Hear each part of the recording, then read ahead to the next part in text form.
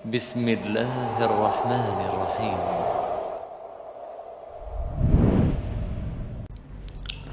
Assalamualaikum warahmatullahi wabarakatuh.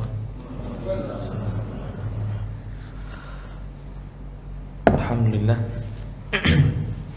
Hamdan katsiran thayyiban mubarakan fi kama yuhibbu rabbuna wa yarda.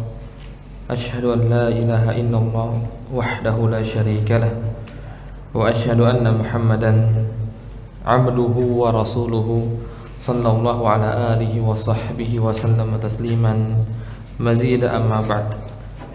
Alhamdulillah, kita bisa melanjutkan pembahasan kita yang kemarin kita berhenti di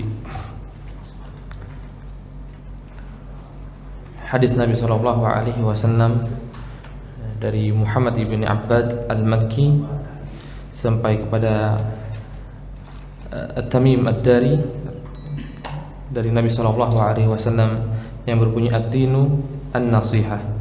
Ad-dinu an-nasihah. Agama kita dibangun di atas nasihat. Dan kemarin kita telah bahas tentang berkaitan dengan nasihat kepada Allah Subhanahu wa taala. Karena ketika itu para sahabat Nabi sallallahu alaihi wasallam bertanya, "Qulna liman ya Rasulullah?" Untuk siapa nasihat tersebut? Maka jawaban Rasulullah SAW, "Lillahi wa li kitabihi wa li rasulihi wa li a'immatil muslimina wa 'ammatihim." Maka nasihat tersebut untuk Allah Subhanahu wa taala seperti perincian kemarin, dan juga kemudian untuk kitab yaitu Al-Qur'an secara khusus, kemudian kepada Rasul sallallahu alaihi wasallam, dan juga kepada pemimpin-pemimpin kaum muslimin, dan juga kepada masyarakat umum. Nah, wali kitabihi, dan nasihat kepada kitab ini bukan bentuknya kita menasihati Al-Quranul Karim, karena tidak ada sebuah perkataan yang lebih indah daripada Al-Quran. Tidak ada sebuah perkataan yang paling baik daripada Al-Quranul Karim. Maka maksud di sini bukan kita nasihatin Al-Quran salah nih di sini, bukan.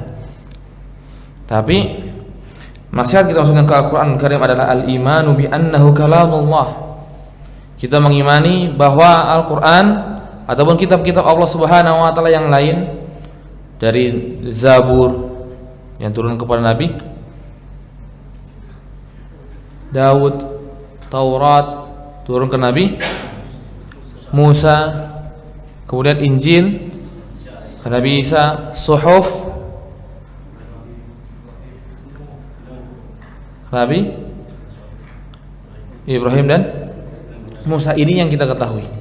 Dan ada suhuf yang lainnya yang diberikan kepada para nabi, tapi tidak disebutkan di dalam Al-Quran. Yang disebutkan dalam Al-Quran cuma hanya Zabur, Taurat, Injil, Al-Quran, kemudian suhuf Ibrahim dan suhuf Musa alaihi wassalatu wassalam. Dan tapi setiap Rasul akan membawa sebuah kitab. Setiap Rasul akan membawa sebuah kitab, mau bentuknya suhuf, lembaran, ataupun kitab. Di sini pertama yaitu adalah mengimani itu semua adalah kalam Allah Subhanahu wa taala. Semua yang ada di dalam Taurat, semua yang ada di dalam Injil, semua yang ada di dalam Zabur, semua yang ada di dalam suhuf-suhuf tersebut, dan di dalam Al-Qur'anul Karim semuanya ada kalam Allah. Kalau untuk sebelum Al-Qur'an, selama lafadznya tidak dirubah oleh manusia. Kalau masih murni ini adalah bahasa Injil, inilah Injil turun, atau inilah turunnya Zabur, inilah turunnya Taurat, maka itu adalah kalam Allah. Itu adalah kalam Allah ataupun firman-Nya Allah Subhanahu wa taala. Dan untuk kita, yaitu kita memiliki kitab tersendiri yaitu Al-Qur'anul Karim, maka semuanya Al-Qur'an adalah kalam Allah. Maka ini pertama yang harus diimani adalah kalam Allah, bahwa Al-Quran adalah kalam Allah atau kitab Allah Subhanahu wa taala kalam Allah. Kemudian wa tanzilu, dan juga Al-Quran ini diturunkan dari Allah. Allah Subhanahu wa taala menurunkan bukan ini perkataan bashar, bukan perkataan manusia. In huwa illa qaulul bashar, maka enggak. Walid ibn Mughirah ataupun orang-orang musyrikin berkata Al-Quran ini adalah perkataan bashar, bukan perkataan manusia, bukan, tapi ini perkataan Allah Subhanahu wa taala yang turun dari Allah Subhanahu wa taala. La yushbihuhu syai'un min kalamil khalq, yang dimana Al-Quran ini tidak akan ada yang serupa dengan kalamnya ataupun dengan perkataannya makhluk yang ada, bagaimanapun mereka. Maka kalau kita lihat sejarah Al-Quran, ketika awal di Fathu Mekah, maka Rasulullah SAW sering menantang mereka untuk mendatangkan semisal Al-Quran. Orang musyrikin yang paling fasih, bisa dikatakan afsahun nas atau afsahul Arab, Quraisy, yang paling fasih orang Quraisy. Tapi mereka ketika ditantang oleh Rasul SAW untuk mendatangkan yang semisal dengan Al-Quran, tapi mereka tidak bisa. Dan bahkan berkumpul kalian, jangan sendiri, berkumpul kalian dan kemudian datangkan seperti Al-Quran, tidak bisa. Kemudian datangkan seperti satu surat dalam Al-Quran Al-Karim, tidak bisa juga. Kemudian datangkan satu ayat pun mereka tidak bisa.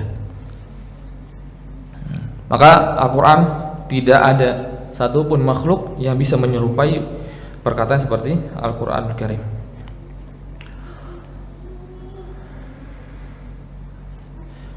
Summa ta'zimuhu wa tilawatuhu haqqa tilawati, kemudian mengagungkan Al-Quran. Kertas itu tidak terlalu berharga, apalagi di zaman kita. Banyak orang-orang membuang-buang kertas karena sangat murahnya kertas. Berbeda dengan zaman dulu. Berbeda dengan zaman dulu. Sekarang kertas sangat mudah. Sangat mudah. Tetapi kertas tersebut bisa mulia ketika dituliskan di dalamnya kalam Allah Subhanahu wa taala. Maka ketika sebuah kertas sudah tertulis di sana ada kalam Allah, maka harus dihormati. Bukan menghormati kertas, tapi menghormati firman Allah Subhanahu wa taala. Maka sampai ada sebuah riwayat dari Abu Hanifah rahimahullah taala, ketika ada seorang yang membiarkan lembaran Al-Quran jatuh di bawah, kemudian dia berjalan, maka dia telah keluar dari agama Islam. Kenapa? Telah menghinakan Al-Quran Al-Karim. Maka wajib kita tuh ta'zim kepada Al-Quran, dijaga dengan benar, taruhnya di tempatnya yang baik, tempat yang sangat layak, tempat yang sangat mulia. Jangan kita taruh sembarangan begitu saja.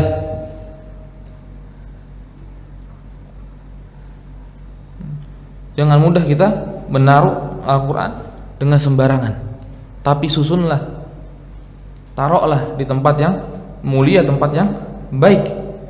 Kemudian wa tilawatuhu haqqa tilawati, dan baca, kita baca Al-Quran haqqa tilawati, sesuai haknya tilawah tersebut. Maka kemudian menjadi wa tahsinuha wal khusyu' indaha, dan juga memperbaiki bacaan Al-Quran. Nah, ini bagian dari nasihat kita ke Al-Quran. Kalau kita masih bacaannya masih kurang, maka perbaiki, belajar terus sampai kita bisa sampai membaca Al-Quran haqqa tilawati, sampai haqqa tahsiniha, sampai kita benar-benar bisa memberikan kepada Al-Quran dari bacaannya sebaik mungkin. Sebaik mungkin. Yang tertuntut oleh kita adalah bacaannya dengan benar. Yang tertuntut oleh kita bacanya huruf ini benar. Tertuntut oleh kita semuanya. Tapi baru fardu kifayah kalau kita mengetahui hukumnya. Tapi kalau baca yang sudah benar, maka sudah cukup baginya. Ketika ditanya hak di mana, tak nggak tahu, tapi ketika membunyikan hak benar, maka cukup. Maka cukup bagi dia, karena dia telah mendatangkan bacaan dengan pada tempatnya, pada haknya. Maka sampai ada sebuah perkataan dari Syekh Al-Utsaimin rahimahullah taala, hafizahullah taala. Ketika itu beliau mendapatkan ada seorang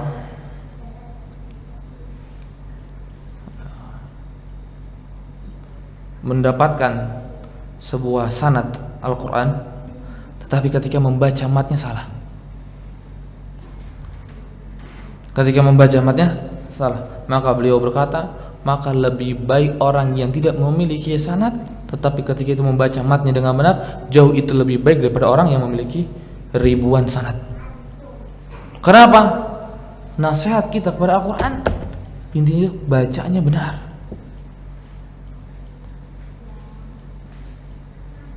Bacanya benar sesuai dengan bacaannya Rasulullah SAW. Belajar, latih lisan tersebut, bukan sekedar sanad dan kemudian tidak baik dalam bacaannya dan tidak baik dalam bacaannya. Bukan di sini maksudnya menghina sanad, merendahkan sanad, bukan. Tapi seharusnya seorang muslim bisa melihat hal yang harus diprioritaskan terlebih dahulu. Bacaannya benarkan dulu sampai benar, baru kemudian dia mencari sanad supaya dia bisa mendapatkan silsilah sampai Rasulullah SAW. Jadi ketika kita tahu bahwa diri kita bacaannya jelek, maka kita berusaha untuk memperbaiki. Bukan kita berusaha untuk mencari sanad, bukan, tapi berusaha untuk memperbaiki terlebih dahulu. Sudah baik, baru kita berusaha memiliki bacaan yang tersambung sampai Rasulullah SAW. Wa khusyu' indaha, khusyuk ketika mendengar bacaan Al-Quran atau khusyuk ketika membaca Al-Quranul Karim.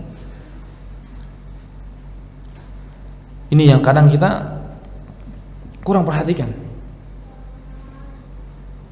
yang akhirnya sebagian kita agak lalai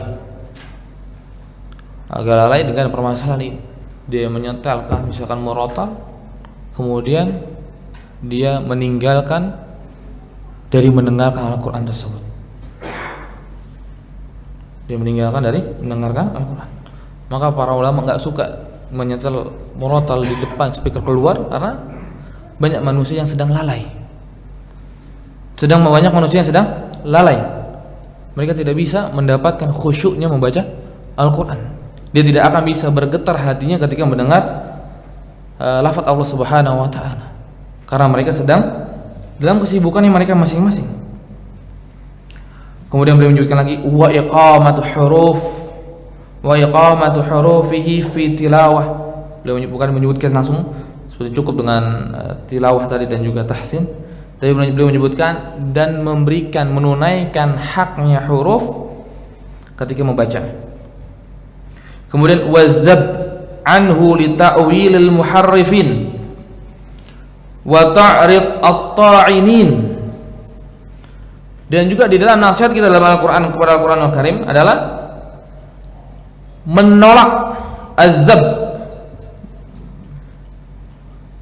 anhu li ta'wili al-muharrifin, membongkar atau menolak atau menggibas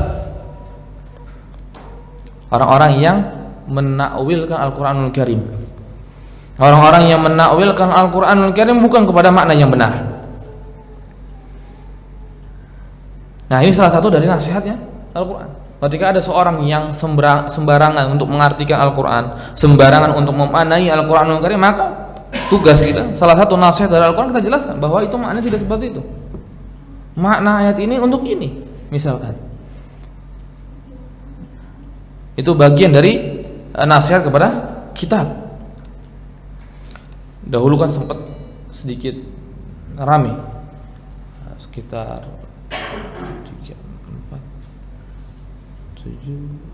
10 tahunan yang lalu. 10 tahunan yang lalu ada yang memaknai Al-Quran dengan makna yang salah, seperti Al-Baqarah dimaknai Garuda. Udah sangat ngaco dan sudah sangat tahu bahwa dirinya tidak bisa bahasa Arab. Dan banyak sampai menyebutkan Syekh Walid Ibn Sa'idan rahimahullah ta'ala, dosa terbesar ataupun penghalang bagi seseorang dari mendapatkan kebenaran ketika kita membiarkan seseorang menakwilkan Al-Quran, mentahrifkan Al-Quran dari segi makna, memalingkan Al-Quran dari segi maknanya.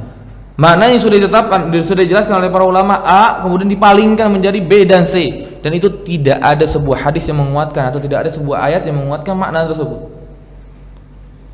Seperti istawa jadi istaula, itu secara lafaz. Tapi yadullahu maghlulah,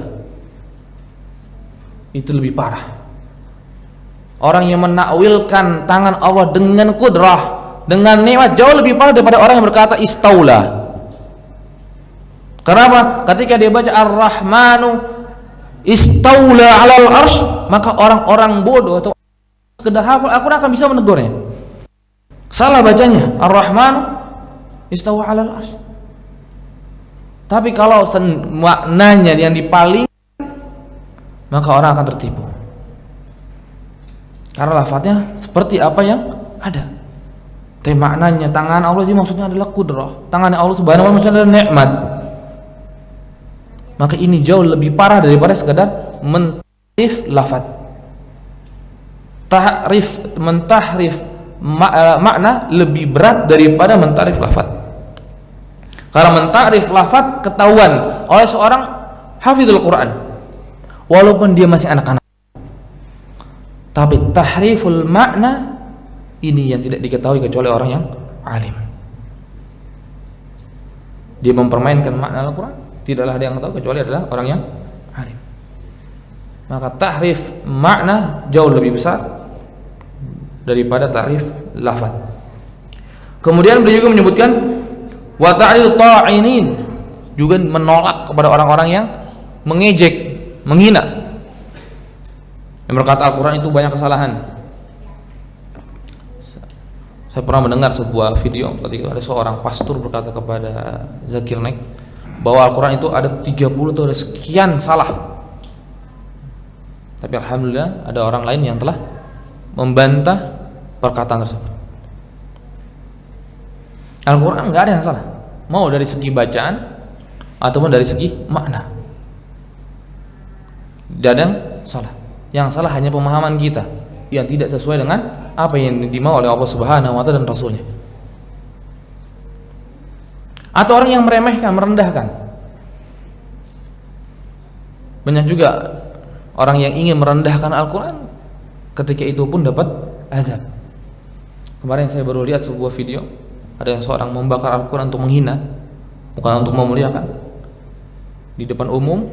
Kemudian dia itu ingin kayak menyebur sebuah api, dan akhirnya kebakar mukanya, kebakar mukanya sendiri. Dan orang-orang yang seperti ini akan cepat mereka akan mendapatkan azab kalau mereka tidak bertobat kepada Allah Subhanahu wa taala. Kemudian wa tasdiqu bima fihi, dan kita membenarkan apa yang ada dalam Al-Quran dari cerita lampau ataupun bukan. Dari cerita lampau ataupun bukan, kita harus membenarkan apa yang telah dikabarkan Al-Quran Karim. Yang kita dikabarkan bahwa Nabi Musa alaihissalam itu membelah lautan, maka kita benarkan karena Al-Quran Karim yang mengkabarkan hal itu. Kau juga Allah Subhanahu wa taala mengkabarkan dalam Al-Quran bahwa Nabi Isa alaihissalam bisa menghidupkan seorang karena izin Allah Subhanahu wa taala, maka kita benarkan.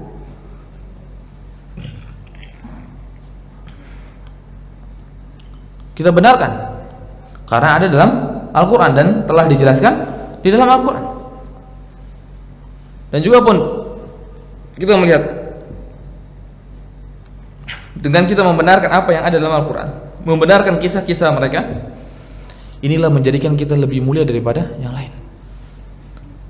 Karena Allah Subhanahu wa taala berfirman, wa kadzalika ja'alnakum ummatan wasata litakunu syuhada'a 'alan nasi wa yakuna ar-rasulu 'alaikum syahida. Allah Subhanahu wa taala berfirman, dengan itulah kami menjadikan kalian umat yang wasata, yang pertengahan. Kemudian apa? Litakunu syuhada, dan kalian akan menjadi saksi.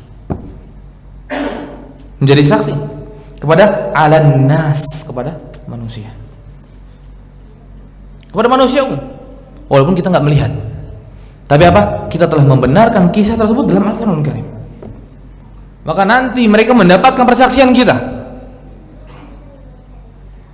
Maka pentingnya kita membenarkan kisah-kisah yang ada dalam Al-Quran. Satunya apa? Supaya kita nanti mempersaksikan bahwa dirinya mereka benar. Dan inilah naiknya kita lebih daripada mereka. Maka kenapa kita bisa masuk lebih duluan? Karena salah satunya ini.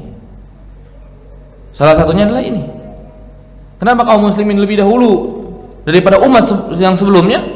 Ya, karena salah satunya mereka membenarkan Al-Quranul Karim yang isinya menceritakan masa-masa lalu, yang menceritakan tentang para nabi, yang menceritakan para salihin.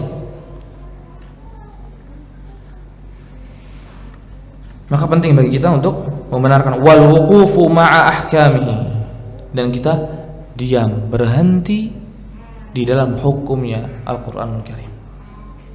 Ketika Al-Quran sudah memutuskan hukum A, kita patuh.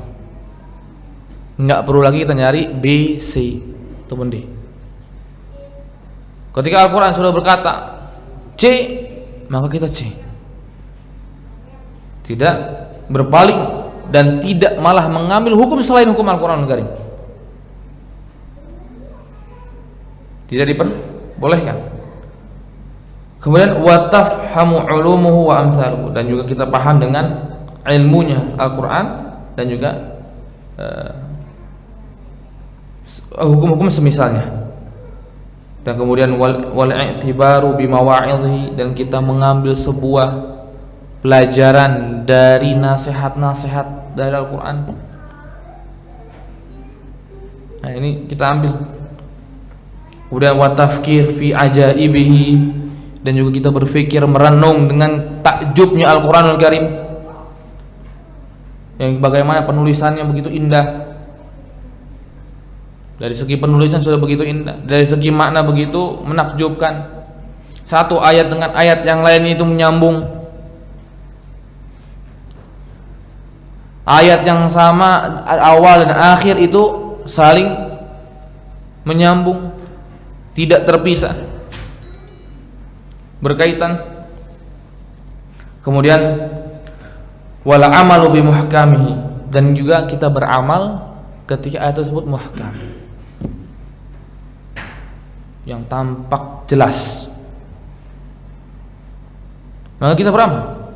Kemudian apa? Wa taslimu li mutasyabihi, dan kita berhenti ataupun menyelamatkan diri dari ayat-ayat mutasyabih yang kita nggak tahu maknanya, yang makna itu harus butuh para ulama yang menjelaskan. Maka kita berhenti, jangan kita menakwilkan sendiri, jangan kita menafsirkan sendiri ayat tersebut. Tunggu para ulama yang menafsirkan, tunggu para ulama membuka kitab tafsir, kemudian kita mendengar, oh makna ayat tersebut ini. Jangan bermudah, ini ada ayat nih, sedangkan kita tahu hukum dasar permasalahan ini misalkan dilarang. Jangan kita jadikan ayat tersebut untuk membela pendapat kita. Sering orang-orang yang berpendapat bolehnya tawasul kepada orang soleh, berdoa kepada orang soleh, berdalil dengan fadilahnya orang soleh. Maka disebut oleh Syekh Muhammad bin Abdul Wahhab dalam Kasyfus Syubhat, ini seharusnya pada dasarnya seorang muslim itu amalu bimuhkami, diam kepada ayat-ayat yang muhkam, yang sudah jelas. Dilarang hal tersebut, nggak boleh kita berdoa meminta kepada orang soleh. Jangan terpaut karena sebuah ayat yang menjelaskan kedudukan mereka, akhirnya kita memperbolehkan doa kepada mereka, minta kepada mereka. Tapi kita tunduk dengan ayat muhkam, dan kemudian kita berhenti dan berhati-hati dalam ayat mutasyabih sampai jelas ayat tersebut kepada kita. Apalagi ayat tersebut bertolakan dengan ayat-ayat yang lain atau hadis-hadis Nabi Shallallahu Alaihi Wasallam yang lain. Yang nanti salah satunya adalah hadis ini. Setelah ini adalah hadis yang bisa dikategorikan hadis mutasyabih. karena berbeda dengan hadis-hadis Nabi Shallallahu Alaihi Wasallam yang lain. Maka jangan bermudah berhenti di sini, tapi cari yang lain untuk bisa menjelaskan hadis tersebut. Kalau di sini ada perkataan Al-Quran, kita carilah ayat yang lain ataupun hadis Nabi Shallallahu Alaihi Wasallam yang menjelaskan tentang hal tersebut. Kemudian juga kita harus mencari tentang mana ayat yang umum, mana ayat yang khusus, kemudian mana ayat yang nasikh, yang terhapus, mana ayat yang menghapus, kata beliau. Dan juga menyampaikan ilmu-ilmu tersebut. Kemudian yang terakhir beliau sebutkan di sana, wa du'a ilaihi ila ma dzakarna min nasihatihi, dan juga menyeru manusia untuk melakukan apa yang telah disebutkan tadi di atas. Kabarkan manusia untuk hal itu. Ayo kita kembali kepada Al-Quran. Lihat Al-Quran, begitu menakjubkan. Ayo kita berpikir, berenung. Lihat ini ayat ini nih, Masya Allah. Lihat runtutan ayat ini, Masya Allah. Mungkin untuk orang-orang luar kita berikan takjubnya Al-Quran dulu. Begitu indahnya Al-Quran, beda dengan buku-buku yang lainnya. Beda dengan buku-buku yang lain. Baru kemudian masuk ke dalam sampai mereka mengenal Al-Quran dan mendengar Al-Quran, dan sampai mereka taat ataupun tunduk kepada Al-Quranul Karim. Kemudian yang ketiga, wali rasulihi, dan kepada rasulnya. Itu kepada rasul di sini Rasulullah sallallahu alaihi wasallam, Nabi Muhammad ibn Abdullah sallallahu alaihi wasallam.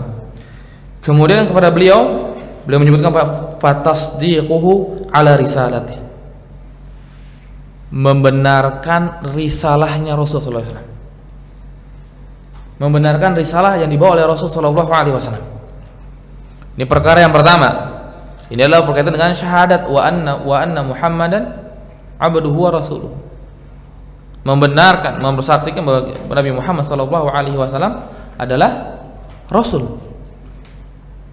Ala risalah, di atas risalah yang Allah Subhanahu wa taala berikan kepada beliau, dan beliau termasuk khataman nabiyyin, penutup para nabi. Wal imanu bi jami' ma jaa bihi. Kemudian yang selanjutnya, mengimani semua apa yang dibawa oleh Rasulullah sallallahu alaihi wasallam. Apa yang disebutkan oleh Rasul sallallahu alaihi wasallam dari Allah, maka kita harus imani hal tersebut. Jangan kita ingkari. Jangan yang ada di benak kita melogiskan terlebih dahulu ayat tersebut. Tapi yang dihadirkan di benak kita adalah mengimani terlebih dahulu ayat tersebut. Untuk permasalahan logis tidak logis urusannya nanti. Apalagi kalau seandainya permasalahannya permasalahan iman. Permasalahan iman itu nggak mungkin secara logis. Maka di sana butuh iman, butuh diyakini. Kita harus mengimani surga dan neraka kelihatan. Mengimani Allah Subhanahu wa taala nggak kelihatan. Nggak bisa kita lihat, nggak bisa kita raba, dan kita nggak bisa mendengar dari seseorang yang mengkhabarkan tentang Allah Subhanahu wa taala kecuali dari Rasulullah sallallahu alaihi wasallam. Maka imani terlebih dahulu, kemudian nanti baru setelah itu kalau ini permasalahan hukum baru dibahas bagaimana pembahasan tentang ayat ini. Apakah ayat ini akan tetap di atas keumuman, misalkan kalau ayat ini umum, apakah ayat ini dibawa kepada khusus, atau ayat ini tetap di dalam keadaan mutlak, atau harus ditakyid. Apakah ayat ini mujmal saja? Apakah harus mubayyan?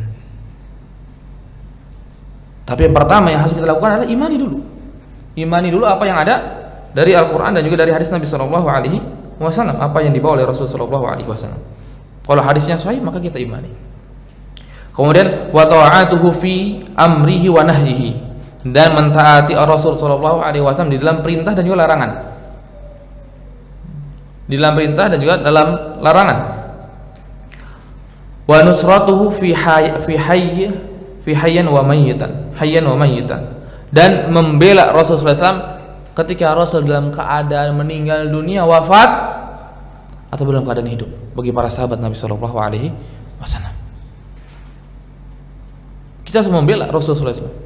Kita harus tolong Rasulullah SAW.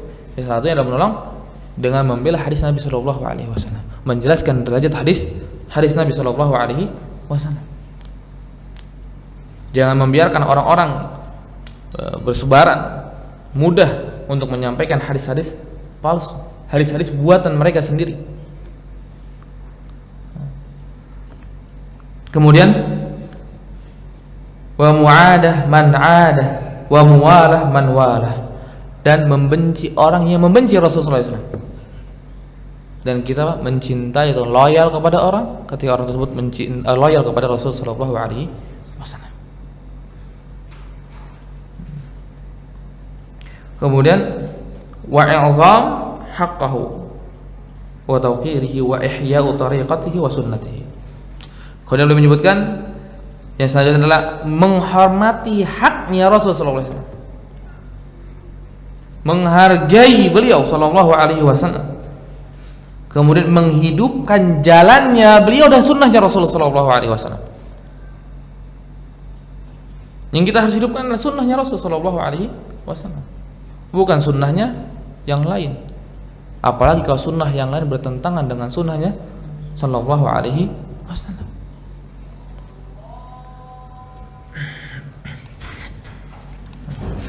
Kemudian bismillahirrahmanirrahim, wassalatu wassalamu ala ba'd. Kemudian selanjutnya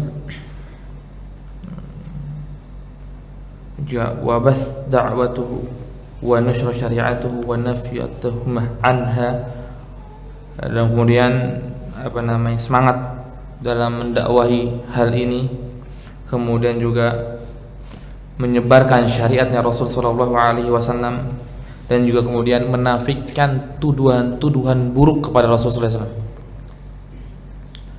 Dan banyak tuduhan-tuduhan buruk kepada Rasulullah SAW, maka kita sebagai umatnya harus membuang tuduhan-tuduhan tersebut.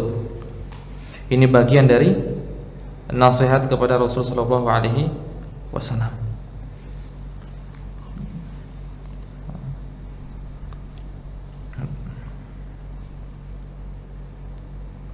Dan juga bagian dari Rasulullah SAW yang disebutkan juga oleh Imam Nawawi rahimahullah adalah wa mahabbatu ahli baitihi wa ashabihi.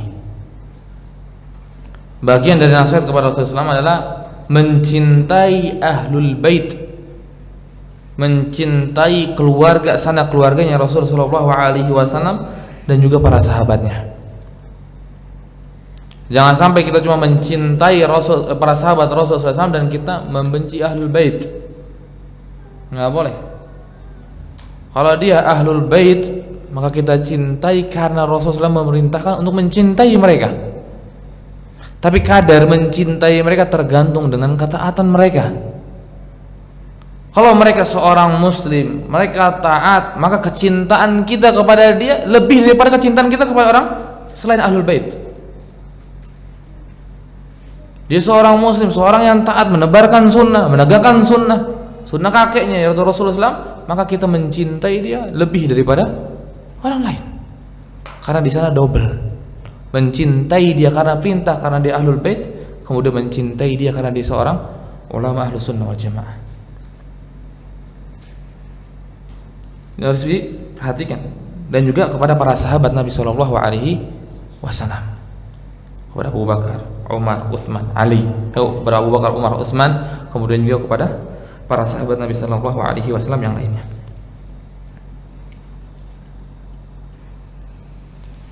Dan juga beliau menyebutkan wa mujanabatu man ibtada'a fi sunnatihi, dan menjauh dari orang-orang yang melakukan kebid'ahan dari sunnahnya Rasul Shallallahu Alaihi Wasallam. Kemudian juga salah satu bagian dari sini ketika ada pertikaian di antara para sahabat, tidak kita celah salah satu dari para sahabat Nabi Shallallahu Alaihi Wasallam. Ketika terjadi sebuah pertikaian di antara Muawiyah dengan Ali radhiyallahu anhuma, maka tidak kita celah Muawiyah dan kita tidak celah Ali bin Abi Thalib radhiyallahu anhuma. kepada Ali, kepada Aisyah, Ali kepada Aisyah dan kepada Muawiyah, maka kita tidak celah mereka karena mereka adalah semua sahabat Nabi sallallahu alaihi wasallam. Kemudian wali a'immatil muslimin, dan kepada nasihat kepada a'immah muslimin, kepada penguasa kaum muslimin, pemimpin kaum muslimin.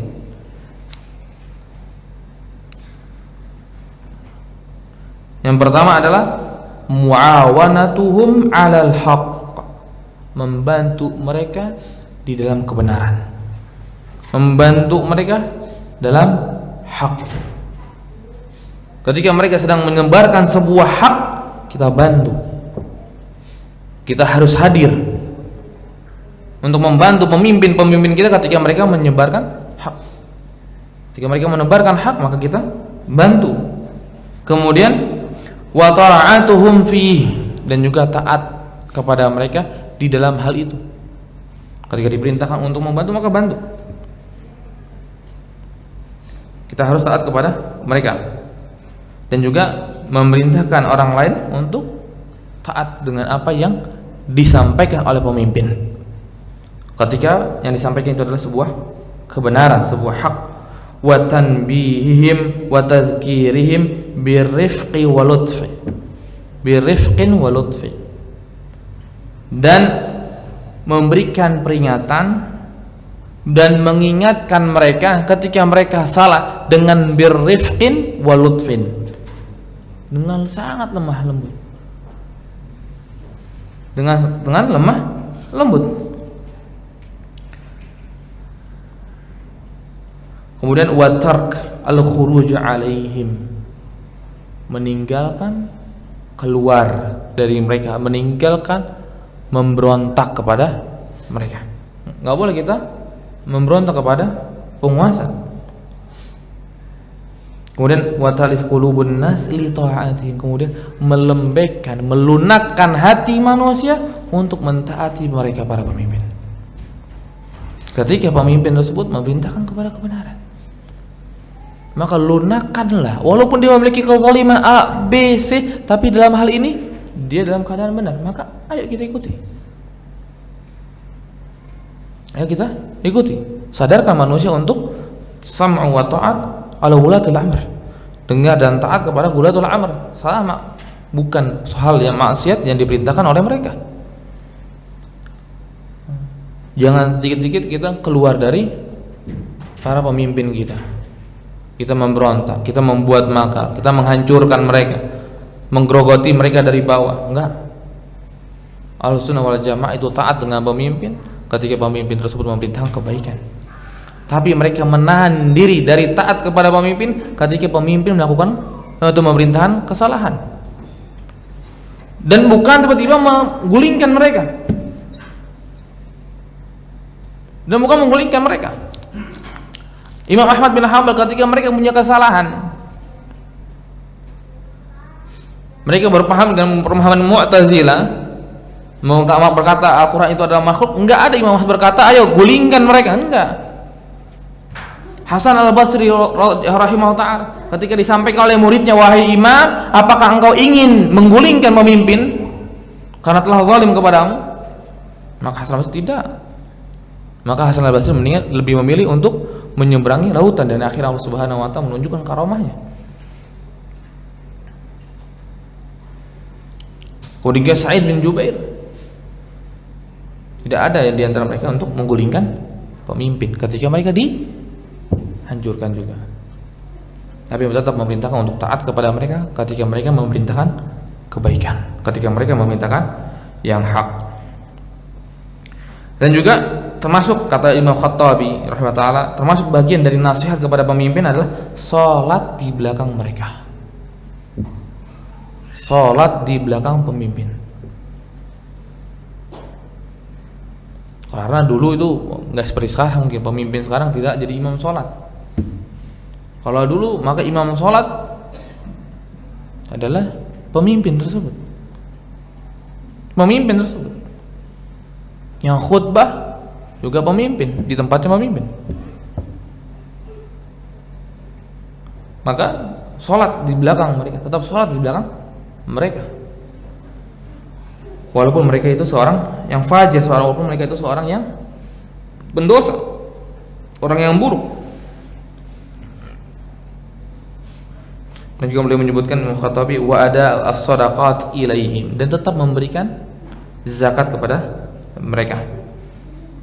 Karena pada dasarnya zakat itu seharusnya diolah oleh penguasa, oleh Baitul Mal nanti, yang ditugaskan oleh pemimpin yang ada. Maka kita tetap memberikan zakat kepada mereka, sebagaimana para sahabat atau para tabi'in memberikan zakat kepada Abu Bakar As-Siddiq, memberikan zakatnya kepada Umar bin Khattab radhiyallahu anhu ajma'in. Kemudian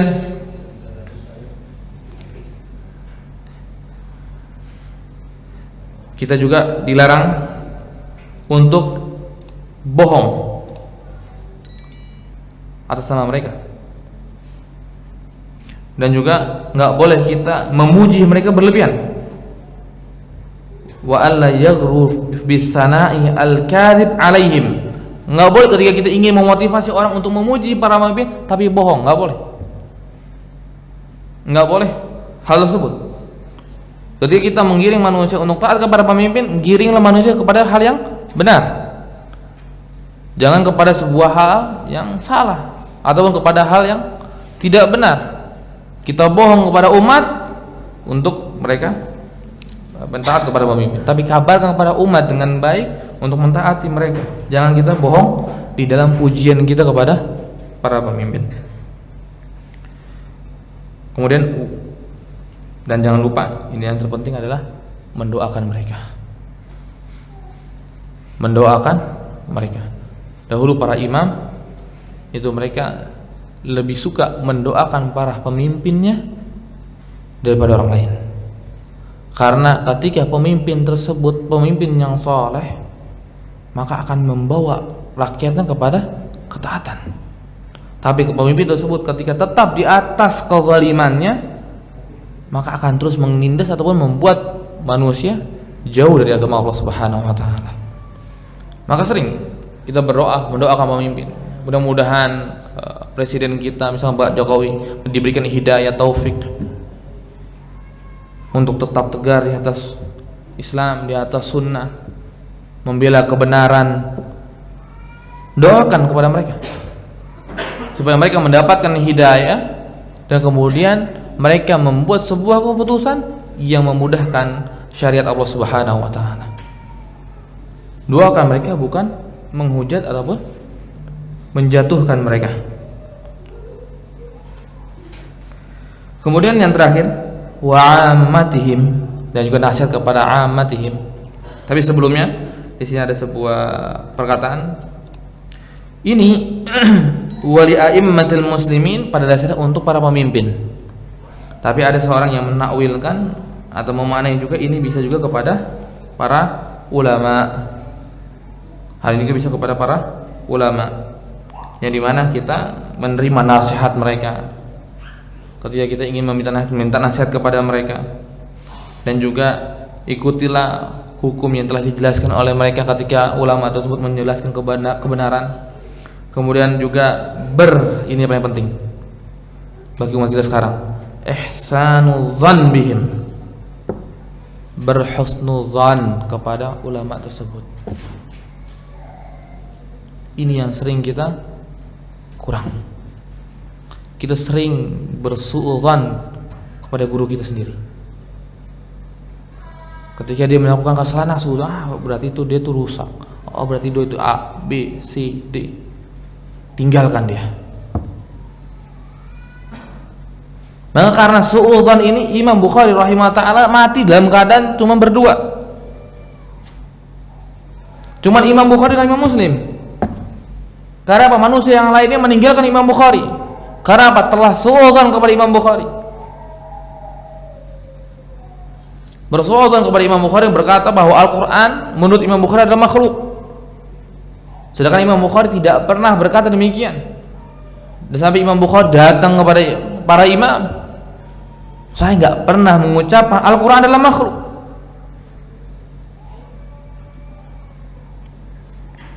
Tapi akhirnya karena su'udzon, karena lafaz yang diucapkan oleh Imam Bukhari ketika itu emang agak sedikit yahtamil, Kemudian akhirnya Imam Bukhari dibuang.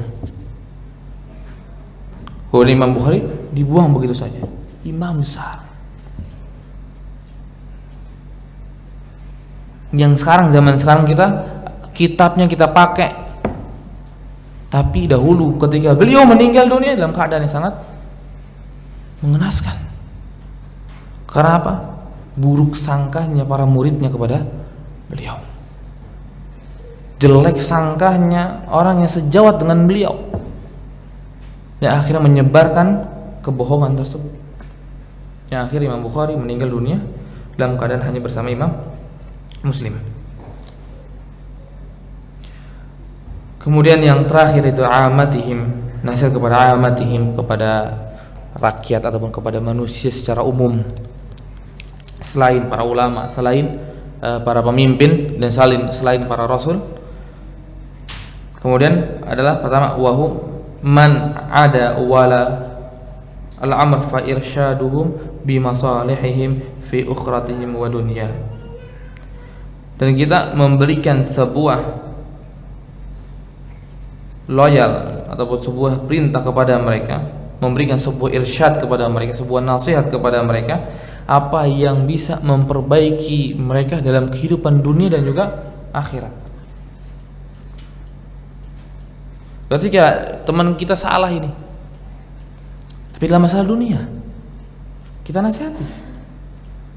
Oh, ini cuma hanya bagian kok, enggak. Ketika dia salah, nasihati. Ingat dengan kasus Jarir Ibnu Abdullah radhiyallahu anhu yang membeli kuda dengan harga murah 300, akhirnya dia naikkan sampai 800. Nasihatin kepada dia bahwa harganya itu 800, wahai penjual, bukan 300. Engkau akan rugi besar. Berikan nasihat kepada mereka, walaupun itu permasalahan dunia mereka. Ketika mereka melaksanakan hal yang salah, nasihati mereka. Dan juga apalagi di dalam permasalahan akhirat mereka. Di dalam permasalahan dunia saja kita nasihati mereka, dan permasalahan akhirat jauh harus bisa lebih perhatian kita menasihati mereka. Kemudian wakaful adza anhum, dan meninggalkan mengganggu mereka, tidak mengganggu mereka, menahan dari gangguan kepada mereka.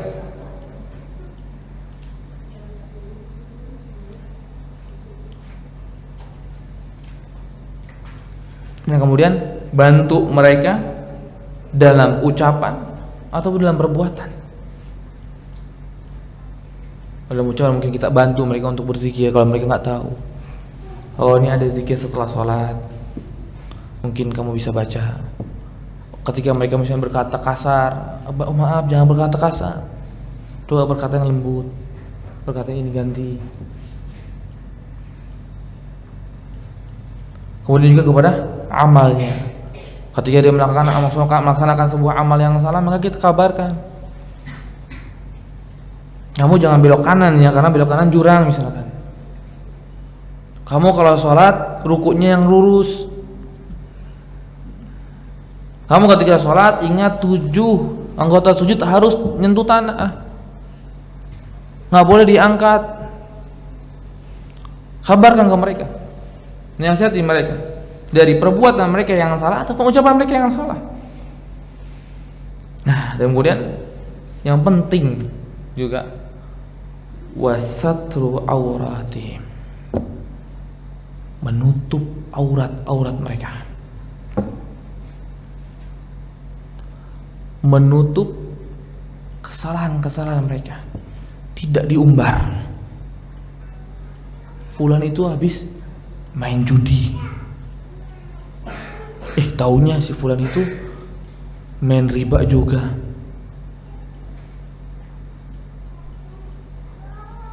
Tutup, kemudian kabarkan kepada mereka salah ini.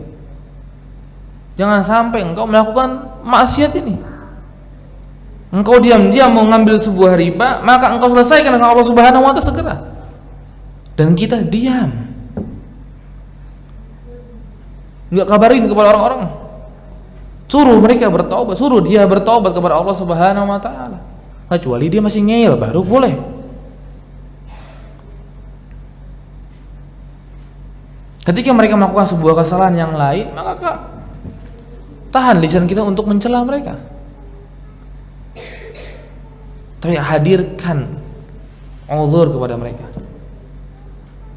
Oh, mungkin dia belum tahu. Oh, mungkin hadis ini belum didengar. Oh, mungkin pemahamannya ada yang salah. Hadirkan alasan kepada mereka supaya apa? Kita tutup aibnya. Man satarul musliman satarallahu yaumil qiyamah. Oh, kama qala Rasulullah. Barang siapa yang menutup aibnya seorang muslim, maka nanti di yaumil qiyamah akan ditutup oleh Allah Subhanahu wa taala. Tutup aibnya, bukan kita umbar. Sadarkan dia, bukan kita celah. Ketika mereka masih ngeyel, baru di sana karena kengeyelan yang kita jelaskan. Maka para ulama kenapa menyebutkan Hajjaj itu seorang pembunuh, seorang yang haus darah? Ya karena Hajjaj ngeyel ketika dikabarkan oleh para sahabat jangan membunuh orang, jangan mudah membunuh orang, jangan mudah membunuh kaum muslimin.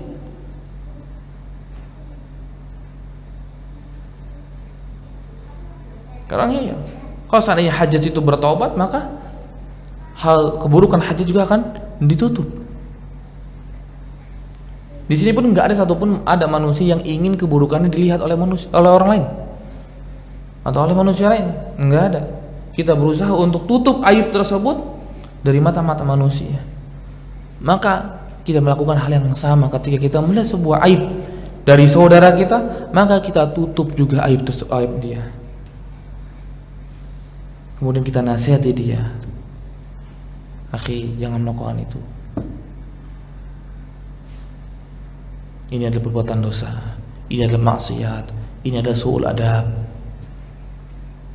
Kabarkan kepada mereka, itu nggak baik. Tapi jangan, tuh ikhwan yang di belakang yang baju merah itu, kemarin saya lihat dia sedang minum khamr misalkan. Tahunya cuman kelas botolnya yang mirip. Kita sudah suudzon dengannya, udah buka aibnya, sudah itu bukan aib lagi. Maka hal yang pertama yang harus kita hadirkan ketika melihat kesalahan saudara kita nasihati dan kita tutup. Menasihati dan kita tutup dari pandangan manusia yang ada. Inilah kesempurnaan nasihat kepadanya. Nasihat itu tidak akan didengar kepada saudara kita kalau kita menjatuhi mereka. Apakah mereka akan kembali bertaubat? Enggak.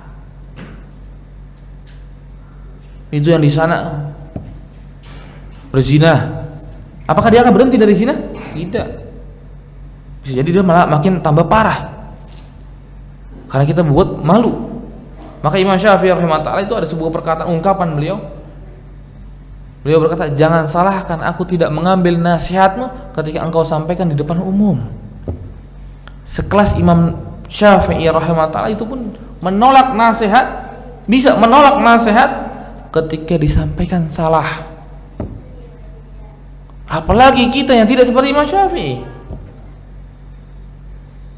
Apalagi kita tidak seperti Imam Syafi'i. Ada di sini seperti Imam Syafi'i? Enggak ada.